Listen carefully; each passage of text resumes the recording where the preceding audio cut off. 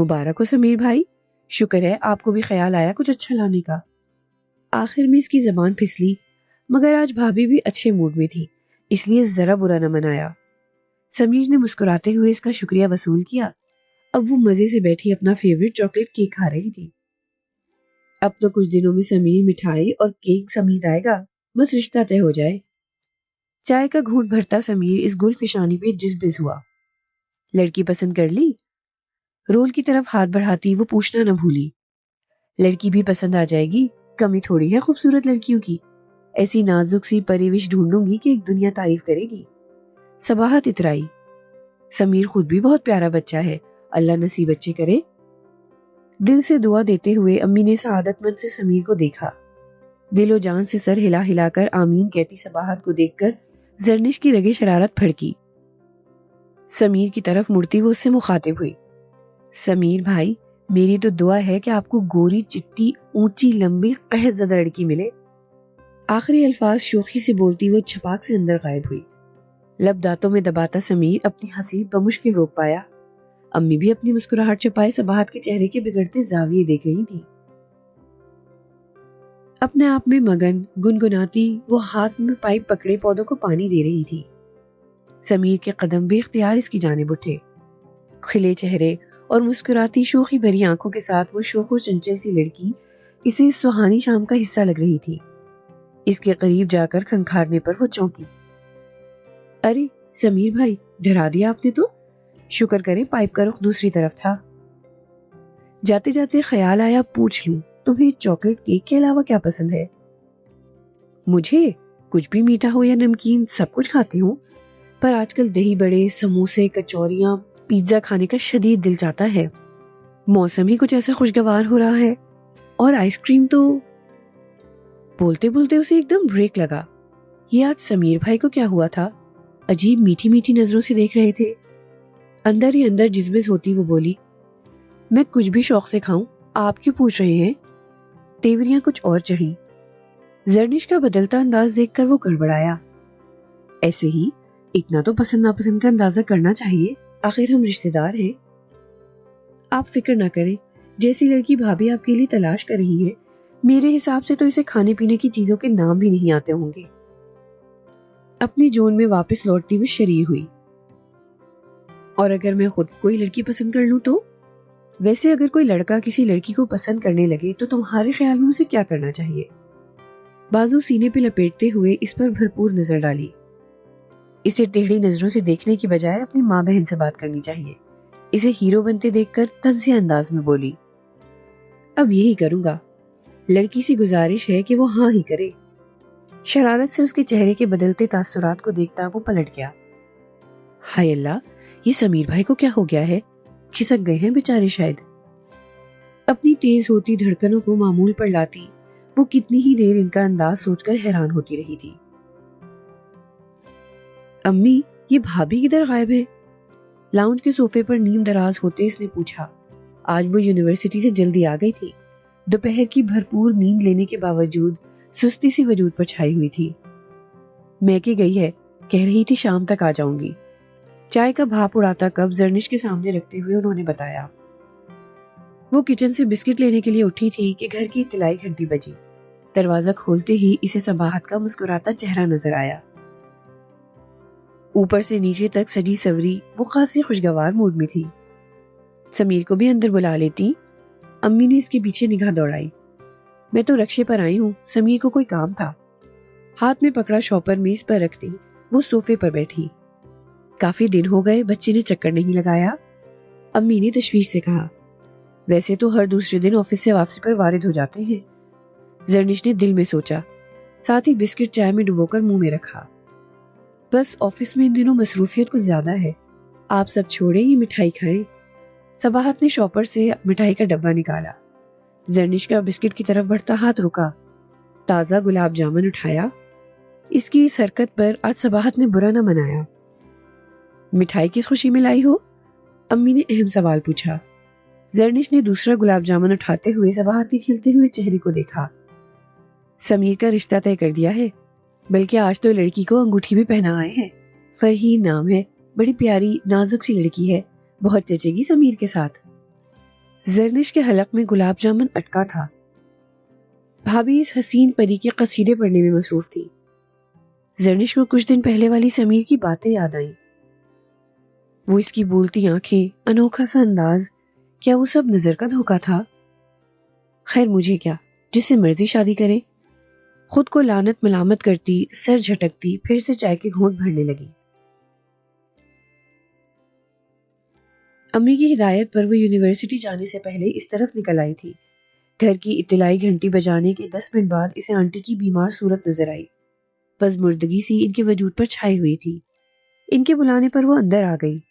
صوفے پر بیٹھتے ہی وہ ہانپنے لگی۔ زرنش نے تشویش سے انہیں دیکھا۔ آنٹی آپ کی طبیعت تو بہت خراب ہے، ڈاکٹر سے چیک کرا لیا؟ نہیں بیٹا، رات ہلکی حرارت محسوس ہو رہی تھی، مگر صبح سے طبیعت زیادہ خراب ہو رہی ہے، بخار بھی ہے اور پورے جسم میں درد ہو رہا ہے۔ آپ اکیلی ہیں گھر پر؟ زرنش نے گھر میں پہلی خاموشی سے اندازہ لگایا۔ سمیر تو صبح دفتر چلا جاتا ہے، میں نے بھی کہا بچے کو کیا پریشان کرنا، رضیہ آ جائے گی، پر اس نے بھی چھٹی کر لی۔ صوفے پر نیم دراز سی وہ بولی، چہرہ سرخ انگارہ ہو رہا تھا۔ آنٹی آپ فون کر لیتی تو بھابھی یا امی کو ہی آ جاتا، میں تو آپ کو یہ کڑھائی والی شال دینے آئی تھی۔ ہاں وہ میں نے کروانی تھی کڑھائی، اسی لیے منگوائی تھی۔ بھیا تو صبح جلدی چلے گئے کسی میٹنگ کے سلسلے میں، تو میں آ گئی دینے، زرنش نے وضاحت کی۔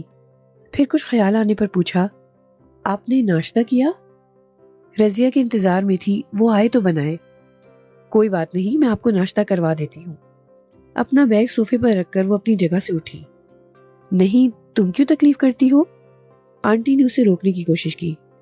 اس میں تکلیف کی کیا بات ہے آنٹی؟ اپنائیت سے کہتی وہ ان کے نانا کرنے کے باوجود کچن میں گھس گئی۔ کچن میں گھستے ہی کچھ دیر کے لیے تو اس کا سر چکرا گیا۔ پورا کچن یوں پھیلا ہوا تھا جیسے کسی دشمن فوج نے حملہ کر کے پورا علاقہ تہس نہس کر دیا ہو۔ جلے ہوئے انڈے، جلا ہوا فرائی پین، مسالوں کے کھلے ڈبے، شیلف پر گرا دودھ، پتی، انڈے اور جلی ہوئی ڈبل روٹی۔ جس کسی نے بھی یہاں دعویٰ بولا تھا نہایت نااہل تھا۔ گند ایک طرف کرتے بمشکل اس نے اس ماحول میں ناشتہ تیار کیا تھا۔ دل میں یہ حال کرنے والی شخصیت کو خوب ہی کوسنے دیے، جس میں سے کچھ رضیہ کے حصے میں بھی آئے تھے۔ پھر آنٹی کو ناشتہ کرانے کے بعد اس نے بخار کی دوائی بھی کھلا دی۔ ان کے منع کرنے کے باوجود کچھ ٹھنڈی پٹیاں بھی ان کے ماتھے پر رکھی، تب جا کر ان کا بخار کچھ اترا تھا۔ شکریہ بیٹا، تم نے آ کر اتنا خیال رکھا، ورنہ میں تو یوں ہی پڑی رہتی، میری تو اٹھنے کی بھی ہمت نہیں تھی۔ آنٹی نہایت ممنون اور مشکور نظر آ رہی تھی۔ پھر خیال آنے پر بولی، تم تو یونیورسٹی سے بھی لیٹ ہو گئی ہو۔ کوئی بات نہیں آنٹی، آج کل ایک آدھ کلاس ہی ہوتی ہے، آپ اب تھوڑا سا سو جائیں، میں گھر کچھ ٹھیک کر دیتی ہوں۔ آنٹی نے مروتاً منع کرنا چاہا، مگر زرنش انہیں اطمینان دلاتی کچن میں گھس گئی۔ گھنٹہ بھر تو اسے صفائی میں ہی لگ گیا تھا۔ صاف شفاف کچن دیکھ کر کچھ اطمینان ہوا تو کھانے کی طرف دھیان گیا۔ آنٹی نے جب تک سو کر اٹھنا تھا کھانے کا وقت ہو جانا تھا، اب کھانا بھی اسے ہی پکانا تھا۔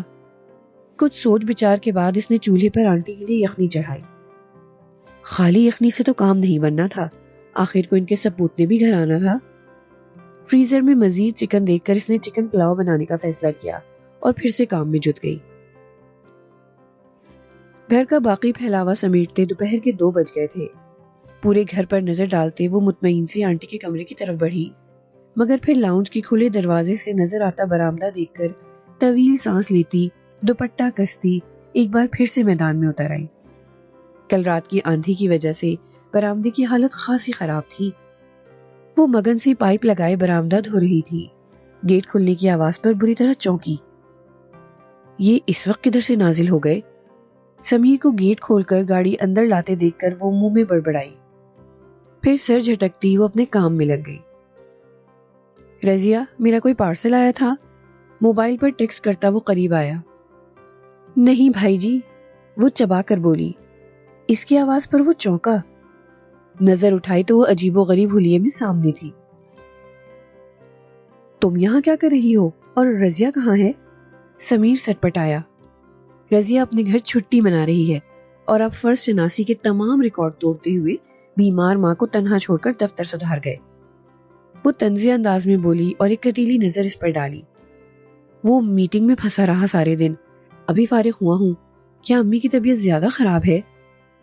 صبح سے پڑی ہوئی ہیں وہ تو. میں اپنے انداز میں بولتی ہوئے اسے بتا رہی تھی کہ اس نے بیچ میں بات کاٹی. کیا امی بے ہوش ہیں اور تم یہاں کھڑی باتیں کر رہی ہو؟ پریشان سا وہ اندر بھاگا. ہے؟ میں نے کب کہا آنٹی بے ہوش ہے؟ میں نے پڑی ہوئی ہے. حد ہے, یہ بھائی بہن تو زبان پکڑتے ہیں. بات سمجھتے ہی اس نے منہ بنایا. وہ کھانا گرم کر رہی تھی جب وہ شرمندہ سا کچن میں آیا. سوری, میں اس وقت کچھ اور سمجھا تھا, اس نے اعتراف کیا. میں کچھ مدد کروا دوں؟ اسے خاموش دیکھ کر جلدی سے بولا. کچن کا صبح والا نقشہ اس کے ذہن میں گھوم گیا. نہیں پلیز, آپ بس جا کر آنٹی کو ٹیبل تک لائیں. زرنش نے جلدی سے اسے ٹالا. ویسے بھی اسے اس وقت شدید بھوک لگ رہی تھی. بھاپ اڑاتا چکن پلاؤ, رائتا اور شامی کباب جو آنٹی کے ہی فریزر سے برآمد کیے تھے, دیکھ کر آنٹی کی آنکھوں میں ستائش اتری. گھر بھی کافی سمٹا ہوا معلوم ہو رہا تھا. آنٹی, آپ تھوڑے سے چاول لیں, پھر میں یخنی لا کر دیتی ہوں. کرسی پر بیٹھی وہ آنٹی سے مخاطب ہوئی. شکریہ بیٹا, آج تم نہ ہوتی تو پتہ نہیں میری اور گھر کی کیا حالت ہوتی. وہ مشکور سی بولی.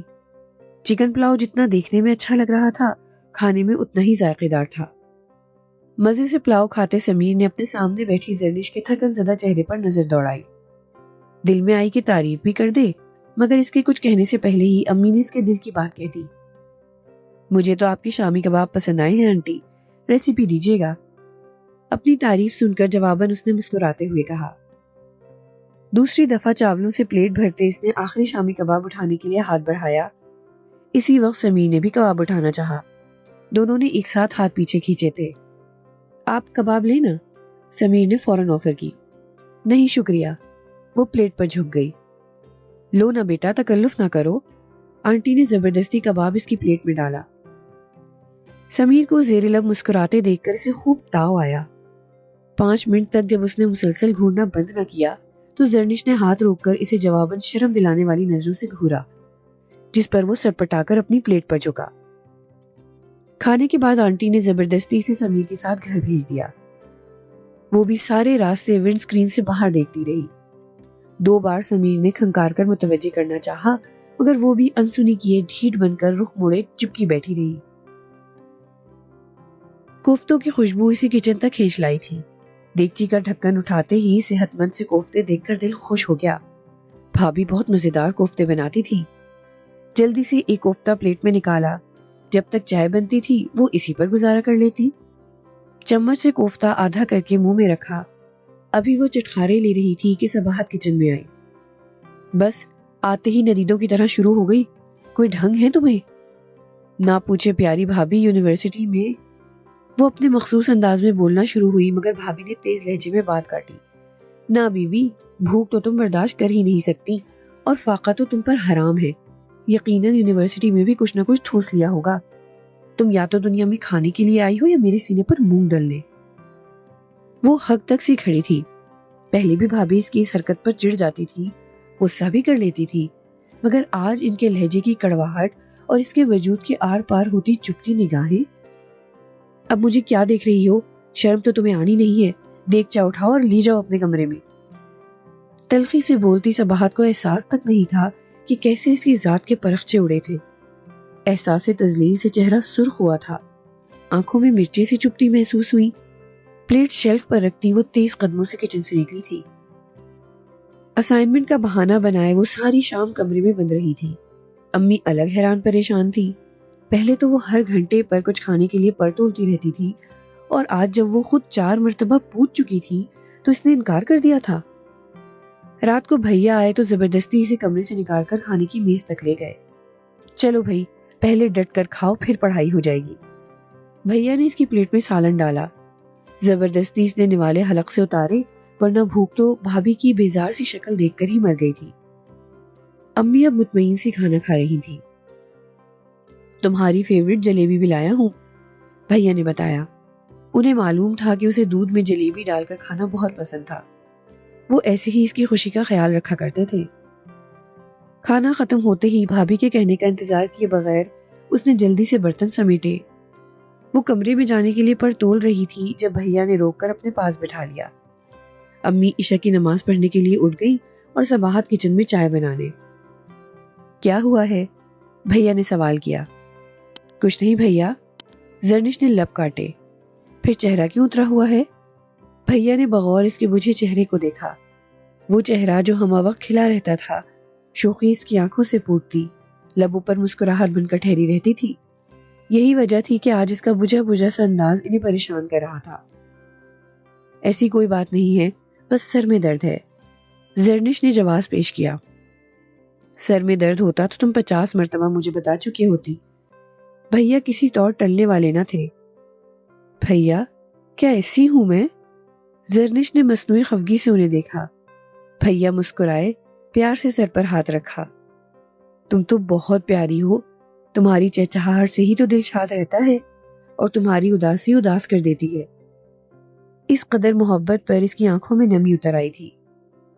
صباحت نے کچھ کہا ہے؟ بھیا کا اگلا سوال اتنا اچانک تھا کہ وہ گڑبڑا گئی۔ مجھے معلوم ہے کہ وہ زبان کی کچھ کڑوی ہے۔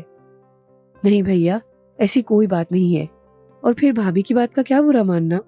وہ تو کچھ بھی کہہ دے، تم بعد میں خود ہی دلجوئی کرتی ہیں۔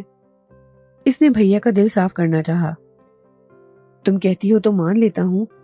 چند دنوں سے صباحت کچھ پریشان ہے۔ وہ سمیر نے منگنی توڑ دی ہے، بس اسی لیے کبھی کبھی تلخ ہو جاتی ہے۔ اسے دھچکا لگا تھا۔ تو کیا سمیر نے اس کا نام لے کر منگنی توڑی تھی؟ اسی وقت صباحت چائے لے آئی، پھر وہ کچھ پوچھ ہی نہ سکی۔ اگلے دن کافی سوچ بچار کے بعد اس نے سمیر سے بات کرنے کی ٹھانی۔ اسی ٹینشن میں وہ یونیورسٹی بھی نہیں گئی۔ ویسے بھی آج ایک ہی کلاس تھی جو لینے کا قطن موڈ نہ تھا۔ سمیر کا نمبر اس نے بھیا کے فون سے لیا تھا۔ سمیر کے فون اٹھاتے ہی اس نے اپنا تعارف کرایا، جس پر دوسری طرف موجود سمیر خاصا خوش ہوا۔ آپ نے اپنی منگنی کیوں توڑی؟ اس نے سنجیدگی سے پوچھا۔ ابھی تو میں نے کچھ کہا بھی نہیں اور تم نے یہ سوال کر لیا۔ سمیر مسکراتے لب و لہجے میں بولا۔ آپ کے انداز و اطوار سب کہہ دیتے ہیں۔ پھر کیا اظہار سننے کے لیے فون کیا ہے؟ اس خوش فہمی پر زرنش کا خون کھول اٹھا۔ نہیں، 4 سنانے کے لیے فون کیا ہے۔ جس غلط فہمی میں آپ ہیں، جلد اس سے باہر نکل آئیں تو بہتر ہوگا۔ نہ تو آپ کوئی پرنس چارمنگ ہے جس کے لیے میں مری جا رہی ہوں، بلکہ میرے خواب و خیال میں بھی آپ کا گزر نہیں۔ میرے خیالوں میں تو تم ہی ہو۔ میں پرنس نہ سہی، تمہیں تو پرنسس بنا کر رکھ سکتا ہوں۔ اس کے شوخ انداز پر اسے تاؤ آ گیا۔ ہاں، چھچھورا، فون پر کیسے ڈائلاگ مار رہا ہے؟ اپنے غصے کو دباتی وہ اٹل لہجے میں بولی۔ بہتر ہوگا آپ اپنے خیالات خود تک محدود رکھیں اور مجھ تک رسائی کی کوشش مت کریں، نہ ہی میرے گھر کا ماحول خراب کریں۔ اس نے ٹھک سے فون بند کر دیا۔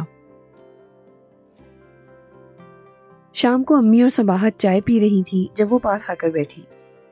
امی، وہ جو اس دن چند خواتین آئی تھی رشتہ لے کے، کیا نام تھا اس بندے کا؟ جمیل؟ امی نے ناسمجھی سے اسے دیکھا۔ ہاں وہی، مجھے کوئی اعتراض نہیں ہے اس رشتے پر، آپ بے شک ہاں کر دیں۔ اطمینان سے کہتی وہ چائے کی چسکی لینے لگی، ساتھ میں پلیٹ سے نمک پارا اچک کر بھی منہ میں رکھا۔ ابھی ہم اس سے ملے ہی کب ہیں؟ اپنے بھیا کو انکوائری تو کر لینے دو۔ امی کو بہو کے سامنے اس کا یوں خود سے کہنا برا لگا، ساتھ میں حیرت بھی ہوئی۔ جس رشتے کو وہ کل تک ابھی شادی نہیں کرنے کہہ کر ٹال رہی تھی، آج یوں خود سے بول پڑی۔ کر لے، میں کون سا منع کر رہی ہوں؟ پھر وہ حیرت زدہ سی صباحت کی طرف مڑی۔ بھابھی، کسی دن شاپنگ پر چلتے ہیں، کچھ سوٹ لینے ہیں میں نے۔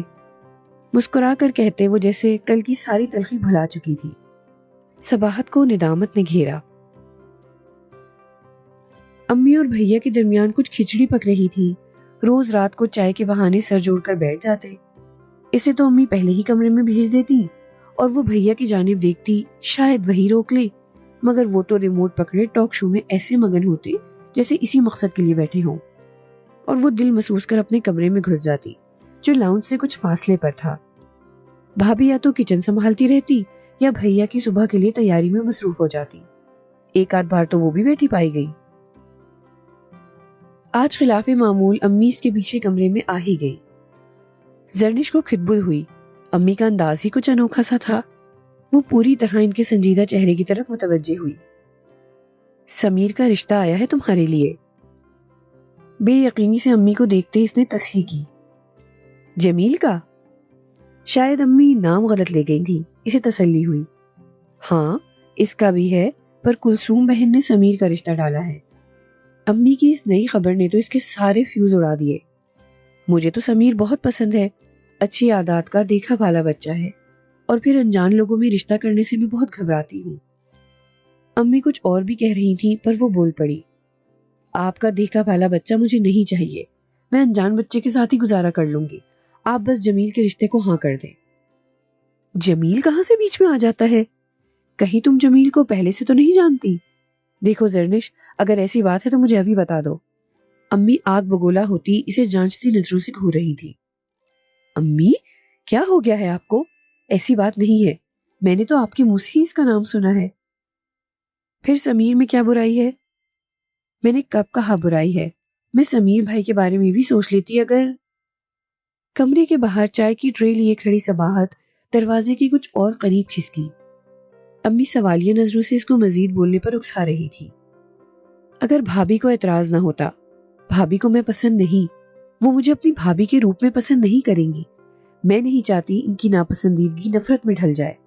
مجھے خالص رشتے چاہیے امی، محبت اور اپنائیت بھرے، جہاں کوئی مجھ سے بیزار نہ ہو اور میں اپنی محبت اور خلوص سے وہاں گھل مل جاؤں. اور پھر اپنی ذات پر نفرت کا ایک چھینٹا بھی میں سہ نہیں پاؤں گی. اگر میرے انکار سے بھابھی اور میرا تعلق بچ سکتا ہے تو پھر مجھے اس رشتے سے انکار ہے. وہ اپنی بات ختم کر چکی تھی جبکہ امی حیرت سے اسے تک رہی تھی. ہر وقت اپنی ذات میں شوخی سموئے خوش رہنے اور رکھنے کا فن جاننے والی بظاہر لاؤبالی سی ان کی بیٹی کتنی سمجھدار اور گہری تھی. وہ مزے لے لے کر رس ملائی کھا رہی تھی جو پڑوس کے یہاں سے آئی تھی. بھابھی، فائقہ آنٹی نے کیا مزیدار رس ملائی بھیجی ہے، ریسیپی لوں گی ان سے. قریب آتی صباحت کو مخاطب کیا. میرے بھائی کے رشتے سے کیوں انکار کیا، اور کس نے کہا کہ وہ پرنس چارمنگ سے کم ہے؟ صباحت نے تیوریاں چڑھائیں. نرم سی رس ملائی جیسے حلق میں پھنسی تھی. کھانستے ہوئے صباحت کی جواب طلب نظروں کو دیکھا. میری مرضی، نہیں پسند آپ کا بھائی؟ کیا زبردستی ہے کوئی؟ زرنش نے بھی اپنے مخصوص انداز میں جواب دیا. ہاں زبردستی ہی سمجھو، کیونکہ میرے بھائی کو کوئی اور لڑکی پسند نہیں آ سکتی، اور نہ ہی تمہارے علاوہ وہ کسی سے شادی کرے گا. تو نہ کرے، میں تو کسی سے بھی کر لوں گی. زرنش چٹکی. ابھی تو وہ اس کایا پلٹ پر ہی حیران تھی. صباحت مسکرا دی. وہ اس جمیل سے؟ تمہارا خیال ہے میں ہونے دوں گی؟ اس نے ناسمجھی سے صباحت کی مسکراہٹ کو دیکھا. بھائی نند اتنی اچھی ہو تو بھابھی کیسی بنو گی؟ پھر وہ سنجیدہ ہوئی. میں تو تمہیں لاؤبالی اور بے ڈھنگی سی لڑکی سمجھتی تھی، لگتا تھا سلیقہ نام کو نہیں ہے. مگر میں نے تمہاری باتیں بھی سنی اور اپنی بے رخی کے جواب میں تمہارا رویہ بھی دیکھا.